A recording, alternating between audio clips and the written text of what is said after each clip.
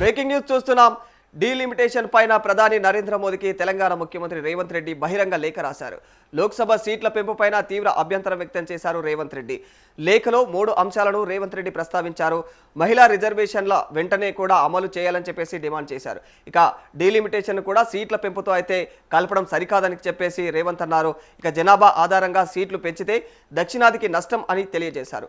ఆర్థిక అభివృద్ధి ప్రణాళికలు ఇక ప్రమాణాలను కూడా పరిగణలోకి తీసుకొని ఖచ్చితంగా ఈ విధంగా ఆ సీట్ల లెక్కింపులనే చేయాలని చెప్పేసి అయితే రేవంత్ రెడ్డి సూచించినట్టు తెలుస్తోంది. ఇక హైబ్రిడ్ మోడల్ను అనుసరించాల్సిన అవసరం కూడా ఖచ్చితంగా ఉందని తెలియజేశారు.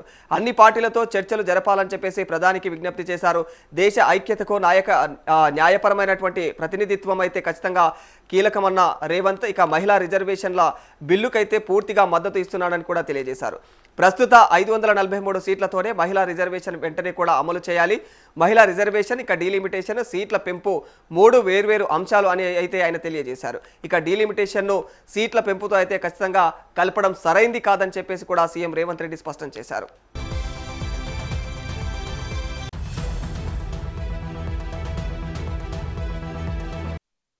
జనాభా ఆధారంగా సీట్లు పెంచితే దక్షిణాది రాష్ట్రాలకైతే ఖచ్చితంగా అన్యాయం జరుగుతుందని ఇక జనాభా నియంత్రణలో ముందున్నటువంటి రాష్ట్రాలు నష్టపోతాయని చెప్పేసి కూడా రేవంత్ ఆందోళన వ్యక్తం చేశారు.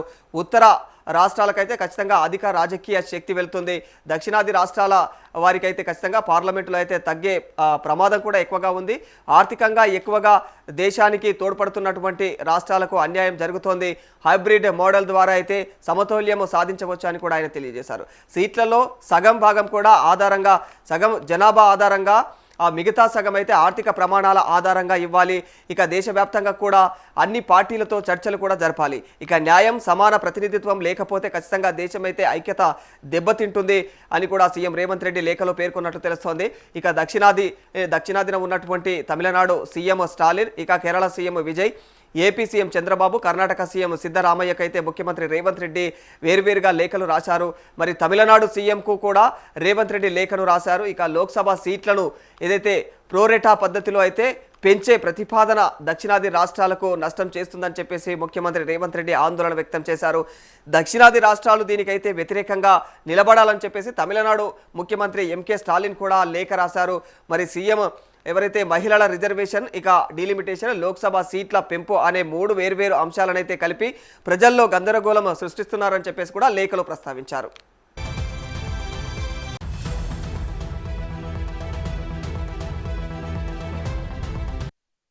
లోక్సభ సీట్లను 543 నుంచి 850కు పెంచి ప్రోరేటా పద్ధతిలో అయితే పెంచితే ఇక దక్షిణ రాష్ట్రాల యొక్క ప్రాధాన్యం తగ్గుతుందని చెప్పేసి కూడా అప్రమత్తం చేశారు. మరి దేశ అభివృద్ధిలో భాగస్వామ్యం పంచుకునే రాష్ట్రాలు నష్టపోతూ జనాభా ఎక్కువగా ఉన్నటువంటి రాష్ట్రాలు మాత్రం లాభపడే పరిస్థితి వస్తుందని ఆయన తెలియజేశారు. అందుకే అన్ని రాష్ట్రాలకు కూడా న్యాయం జరిగేలా హైబ్రిడ్ మోడల్ను పరిశీలించాలని ఇక ఈ అంశంపైన రాష్ట్రాలు ఐక్యంగా కూడా ముందుకు రావాలని చెప్పేసి ఆయన కోరారు. మరి నియోజకవర్గాల పునర్విభజనలో ఏదైతే రాష్ట్రానికైతే హాని కలిగించే విధంగా అయితే ఏమైనా చేసినా కూడా లేదా ఉత్తరాది రాష్ట్రాల రాజకీయ అధికారాన్ని అసమానంగా పంచినా కూడా తమిళనాడును అయితే స్తంభింపచేసే భారీ ఆందోళనలు పూర్తి స్థాయిలో అయితే ఖచ్చితంగా నిరసనలు చేపడతామని చెప్పేసి తమిళనాడు ముఖ్యమంత్రి ఎంకే స్టాలిన్ కూడా హెచ్చరికలు జారీ చేశారు. ప్రతిపాదిత డీలిమిటేషన్ ప్రక్రియనైతే గోప్యత కప్పివేస్తుందన్న తన యొక్క ఆరోపణను కూడా పునరుద్ఘాటిస్తూ కూడా డిఎంకేను మాత్రమే కాకుండా ఏ రాజకీయ పార్టీని కానీ ఇక రాష్ట్రాన్ని కానీ సంప్రదించకుండా బీజేపీ నేతృత్వంలోని కేంద్రం ఏకపక్షంగా అయితే ముందుకు వెళ్ళడానికి ప్రయత్నిస్తుందన్నదని చెప్పేసి కూడా ఓ వీడియో సందేశంలో అయితే స్టాలిన్ ఆరోపించారు. ఇక డీలిమిటేషన్ ప్రక్రియ ఎలా నిర్వహించనున్నారో మాకు ఏమాత్రం కూడా తెలియదని కూడా ఆయన తెలియజేశారు.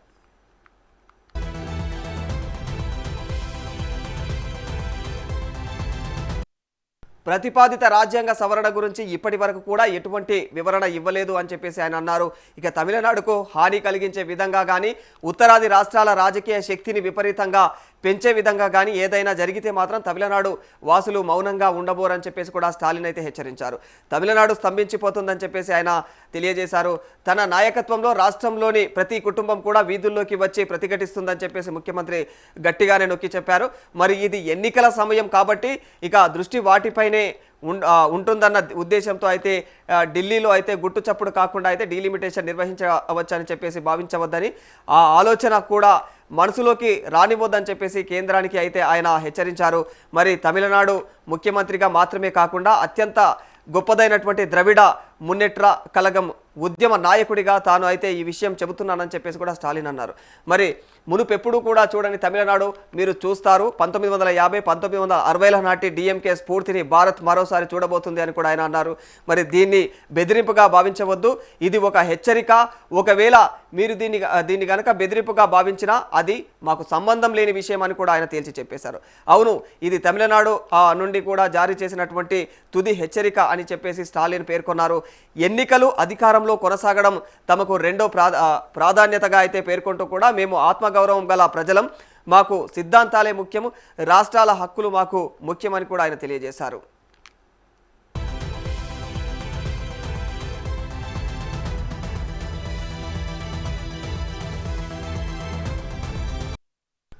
మరి ఈ ప్రక్రియ చుట్టూ ఇంతటి గోప్యత నెలకొని ఉన్నప్పుడు దీని వెనక తీవ్రమైనటువంటి ముప్పు దాగి ఉందనే అనుమానం కూడా మరింత బలపడుతుందని చెప్పేసి స్టాలిన్ తెలియజేశారు. దక్షిణాది రాష్ట్రాల ప్రజలు తీవ్రమైనటువంటి ఆందోళన చెందుతున్నారని చెప్పేసి కూడా ఆయన అన్నారు. మరి ఈ నెల 16న నిర్వహిస్తున్నటువంటి ప్రత్యేక పార్లమెంటు సమావేశాన్ని ప్రస్తావిస్తూ తమిళనాడు, పశ్చిమ బెంగాల్లో ఎన్నికలు జరుగుతున్న సమయంలో దీన్ని బలవంతంగా ఏర్పాటు చేస్తున్నారని చెప్పేసి కూడా ఆయన అన్నారు.